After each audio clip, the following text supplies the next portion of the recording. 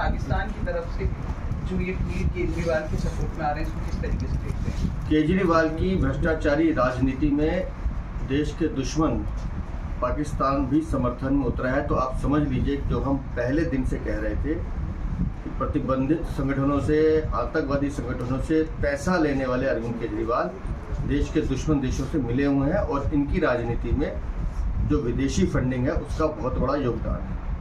पाकिस्तान अगर केजरीवाल के समर्थन में बोल रहा है और वहाँ के चौधरी फफाद हुसैन पूर्व मंत्री ये बात कह रहे हैं और उनकी रिहाई पर भी उन्होंने 11 मई को एक ट्वीट किया था, तो सीधा सीधा जो हम बार बार इस बात को कहते रहे कि केजरीवाल की जो राजनीति है वो देश के दुश्मनों से मिली हुई है।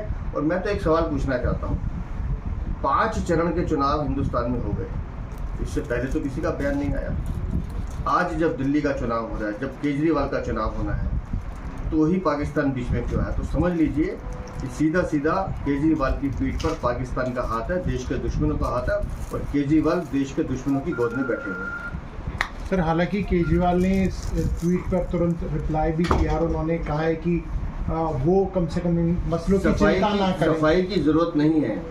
मैं ये पूछना चाहता हूँ कि पाकिस्तान ने पहले तो इशारा पाके समर्थन किया और जब गर्दन फंसने लगी चुनाव वाले दिन तो अब सफाई दे रहे हैं। दिल्ली की जनता से मैं अपील कर रहा हूँ, केजरीवाल आतंकवादी संगठनों से मिले हुए हैं, उनसे विदेशी चंदा लेते हैं अपनी पार्टी को चलाने के लिए, और पाकिस्तान जैसे जो देश के दुश्मन है वो वहाँ से अगर केजरीवाल की तारीफ कर रहे हैं तो आप समझ लीजिए कि इस देश के दुश्मन दिल्ली में कैसे बैठे हुए और इनका इलाज बहुत जरूरी है। सर, इसके पीछे आप कारण क्या मानते हैं? कारण आप बताइए ना जी। अगर पाकिस्तान का पूर्व मंत्री दिल्ली के मुख्यमंत्री जो अंतरिम जमानत में उनके समर्थन में आता है तो इससे ज़्यादा शर्मनाक क्या हो सकता है?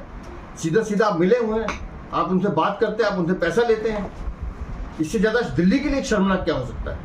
सर, दिल्ली में चुनाव हो रहे हैं और दिल्ली कांग्रेस ने एक आरोप लगाया है कि बीजेपी के कहने पर दिल्ली पुलिस जो कांग्रेस के नेता उनके साथ बदसलूकी कर रही है। जमीन खिसक चुकी है, 7 सीटों पे इनका सुपड़ा साफ है। दोनों भ्रष्टाचारी दल अब एक दूसरे की मदद के लिए कुछ भी करें, कुछ नहीं हो सकता। दिल्ली की जनता ने खुलकर प्रधानमंत्री मोदी जी को आशीर्वाद दिया है।